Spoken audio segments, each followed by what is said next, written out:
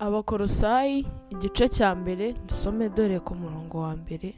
Pawulo wagizwe intumwa ya Yesu Kristo nk'uko Imana yabishatse, na Timoteyo mwene data, turabandikiye bene data bo muri Kristo bera bo kwizerwa, bari i Kolosayi, ubuntu n'amahoro bibe muri mwe biva ku Mana Data wa twese. Umurongo wa gatatu, umutwe w'amagambo uravuga ngo Pawulo ashimira Imana kwizera n'urukundo by'Abakolosayi. Dushima Imana se w'umwami wacu Yesu Kristo uko tubasabiye iteka ryose, kuko twumvise ibyo kwizera kwanyu, mwizeye Kristo Yesu n'urukundo mukunda abera bose. Kubw'ibyiringiro by'ibyo mwabikiwe mu ijuru, ibyo mwumvise kera mu ijambo ry'ukuri k'ubutumwa bwiza, bwabagezeho namwe nk'uko bwageze no mu isi yose, bukera imbuto bukaguka bugakura, nk'uko no muri mwe bwazeze uhereye wa munsi mwumviyemo mukamenya ubuntu bw'Imana by'ukuri.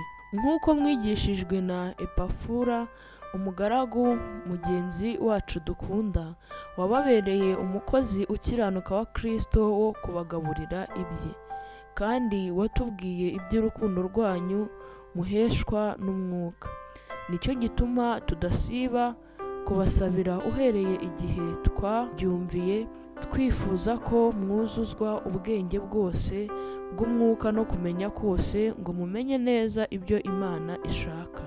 Mugende nk'uko bikwiriye ab'umwami wacu, mumunezeze muri byose, mwere imbuto z'imirimo myiza yose, kandi mwunguke kumenya Imana, mukomereshejwe imbaraga zose nk'uko ubushobozi bwayo bw'icyubahiro bungana, ngo mubone uko mwiyumanganya muri byose, mukihanganana ibyishimo, mushima Data wa twese waduhaye kuraganywa n'abera umurage wo mu mucyo. Niwe wadukijije ubutware bw'umwijima, akadukuramo akatujyana mu bwami bw'umwana we akunda. Umurongo wa 14, umutwe w'amagambo uravuga ngo Yesu umukiza wacu niwe muremyi wa byose. Niwe waducunguje amaraso ye ngo tubone kubabarirwa ibyaha byacu.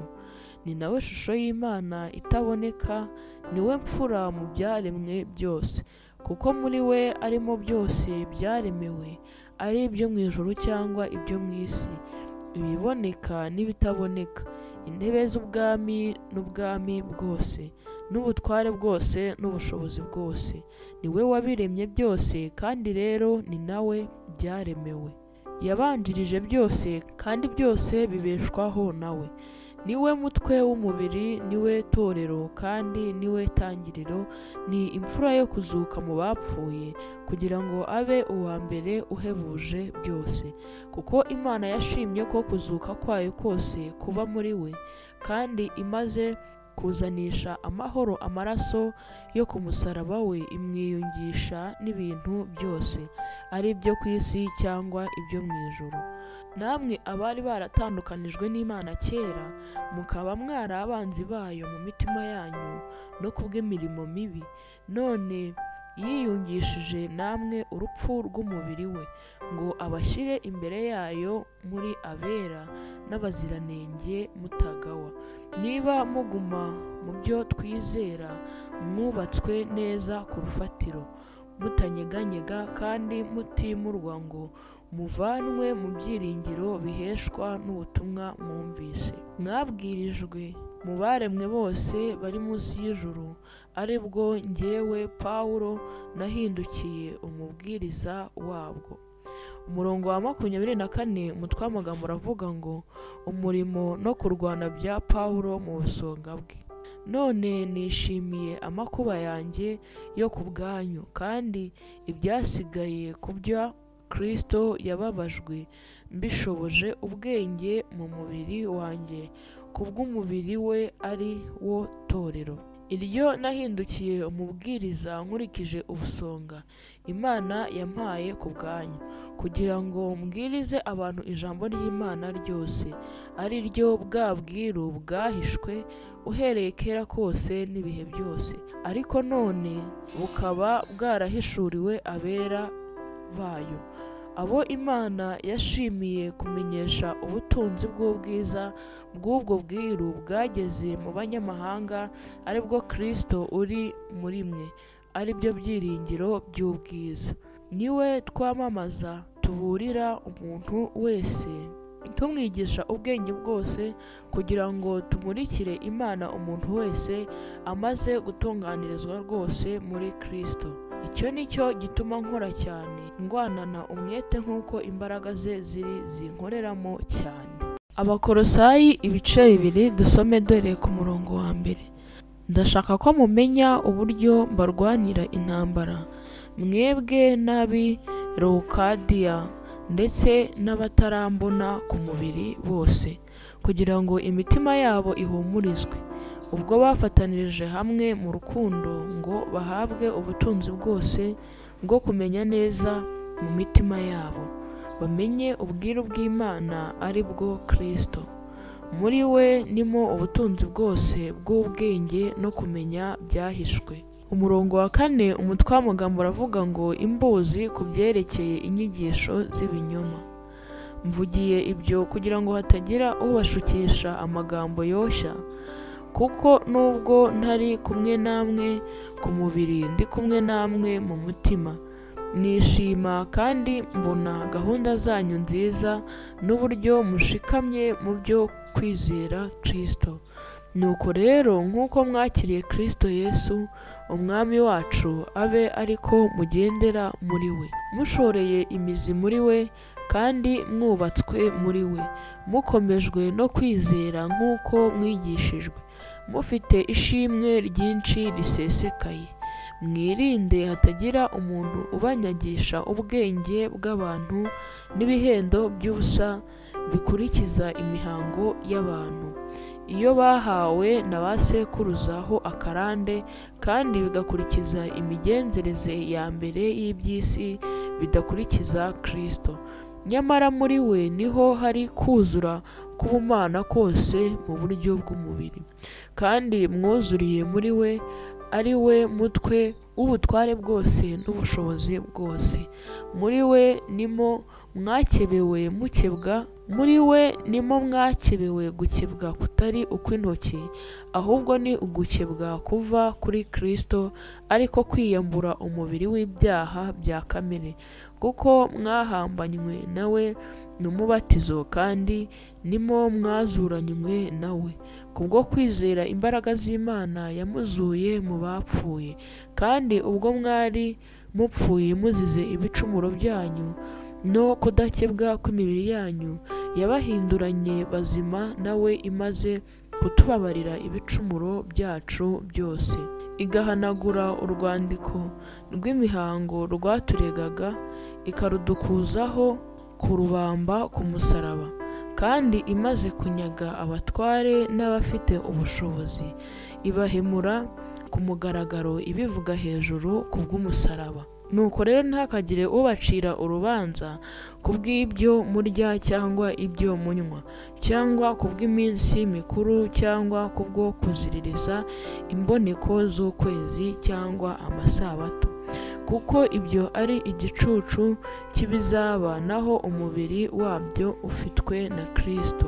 Ntihakagire umuntu ubavutsa ingororano zanyu, azibavukishije kwihindura nk'uwicisha bugufi no gusenga abamarayika, akiterera mu byo atazi, atewe kwihimbariza ubusa n'ubwenge bwa kamere ye.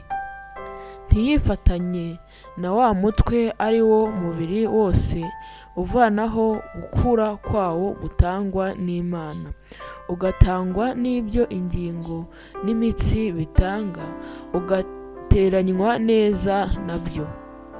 Nuko rero niba mwarapfanye na Kristo, mukaba mwarapfuye mu migenzereze ya mbere y'iby'isi, ni iki gituma mwemera kuyoborwa amategeko y'imihango nk'aho mukiri ab'isi, ngo ntugafateho, ntugasogongereho, ntugakoreho, kandi ibyo byose biba biheze iyo biriwe. mugakurikiza amategeko n'inyigisho by'abantu. Ni koko ibyo bisa naho ari iby'ubwenge kugira ngo abantu bihimbire uburyo bwo gusenga, bigire nk'abicisha bugufi, bigomwe iby'umubiri, nyamara nta mumaro bigira na hato wo kurwanya irari ry'umubiri. Abakolosayi ibice 3 dusome dore ku murongo wa mbere. Umutwe w'amagambo aravuga ngo ibyo kugira ukubaho gutunganye n'urukundo rwa kivandimwe. Nuko rero niba mwarazuranywe na Kristo, mujye mushaka ibiri hejuru aho Kristo ari, yicaye iburyo bw'Imana. Mujye muhoza umutima ku biri hejuru atari ku biri mu isi, kuko mwapfuye kandi ubugingo bwanyu bukaba bwarahishanywe na Kristo mu Mana. Kandi ubwo Kristo ari we bugingo bwacu azerekanwa, namwe muzahera ko mwerekananwe nawe muri mu bwiza. Nuko noneho mwice ingeso zanyu z'iby'isi, gusambana no gukora ibiteye isoni, no kugirira no kurarikira, n'imyifurize yose ari iyo gusenga ibigirwamana. Ibyo ni byo bizanira umujinya w'Imana abatumvira. Kandi namwe mwabigenderagamo kera, ahubwo mwahoraga muri byo. Ariko none mwiyambure ibi byose: umujinya, uburakari, n'igomwa no gutukana, kandi ntihakagire amagambo ateye isoni aturuka mu kanwa kanyu. Ntimukabeshyane ubwo mwiyambuye umuntu wa kera n'imirimo ye, mukambara umushya uhindurirwa mushya, kugira ngo agire ubwenge kandi ngo ase n'ishusho y'iyamuremye. Aho ntihaba umugiriki cyangwa umuyuda, uwakebwe cyangwa utakebwe, cyangwa umunyeshyanga, ligawa cyangwa umusikuti, cyangwa imbata cyangwa umudendezo, ahubwo Kristo ni byose kandi ari muri bose. Nuko nk'uko bikwiriye intore z'Imana zera kandi zikundwa, mwambare umutima w'imbabazi n'ineza, no kwicisha bugufi n'ubugwaneza no kwihangana, mwihanganirana kandi mubabarirana ibyaha, uko umuntu agize icyo apfa n'undi, nk'uko umwami wacu yabababariye abe ariko namwe mubabarirana. Ariko ibigeretse kuri ibyo byose, mwambara urukundo, kuko ari rwo murunga wo gutungana rwose. Mureke amahoro ya Kristo atwarire mu mitima yanyu, ayo mwahamagariwe kuba umubiri umwe, kandi mugire imitima ishima. Ijambo rya Kristo ribe muri mwe rigwiriye, rifite ubwenge bwose.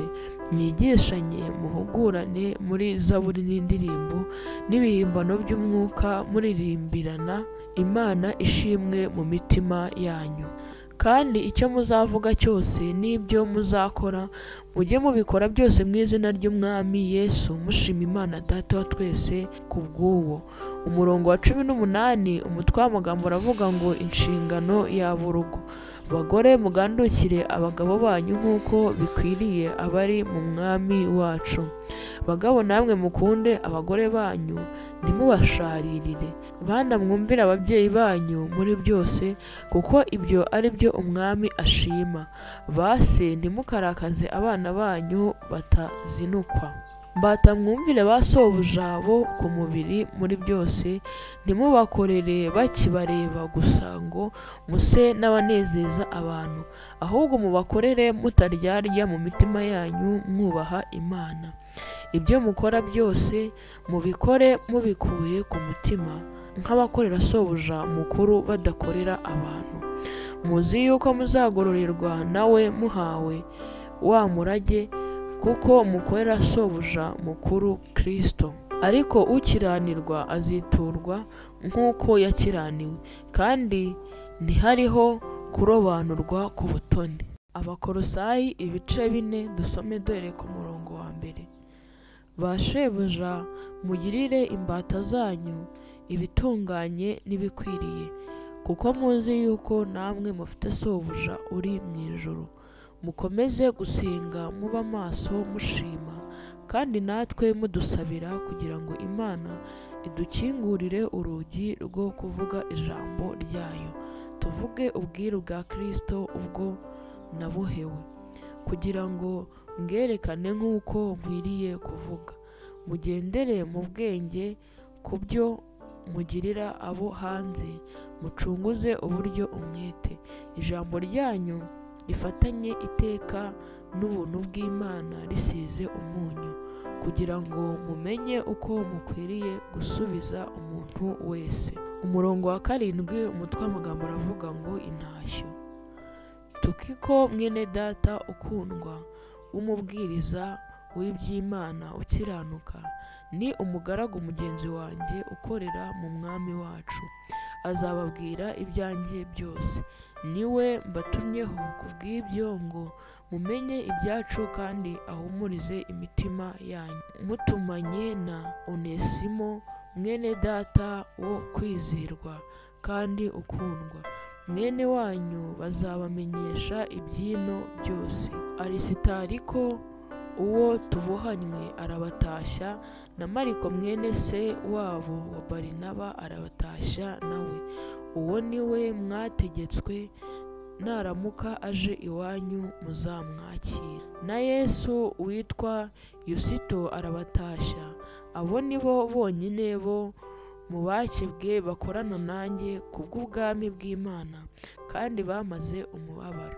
Epafura mwene wanyu arabatashya, nawe ni imbata ya Kristo Yesu, ibarwanira iteka ikabasabira, kugira ngo muhagarare mushikamye kandi mutunganye rwose, mumenye neza mudashidikanya ibyo Imana ishaka byose. Ndi umugabo wo kumuhamya yuko abagirira umwete mwinshi. Mwebwe n'ab'i Lokadiya n'ab'i Herapoli, Luka umuvuzi ukundwa na Dema barabatashya. Muntahirize bene data b'i Lokadiya na Numfa n'itorero ryo mu nzu ye. Uru rwandiko nimumara kurusomerwa ruzasomerwe n'itorero ry'i Lokadiya, namwe muzasome uruzava i Lokadiya. Kandi muzabwire Arukipo muti, ujye urinda umurimo wo kugabura iby'Imana wahawe kubw'Umwami wacu uwusohoze. Uku niko gutashya kwanjye Pawulo kwanditswe n'ukwanjye kuboko. Mwibuke ingoyi zanjye. Ubuntu bw'Imana bubane namwe.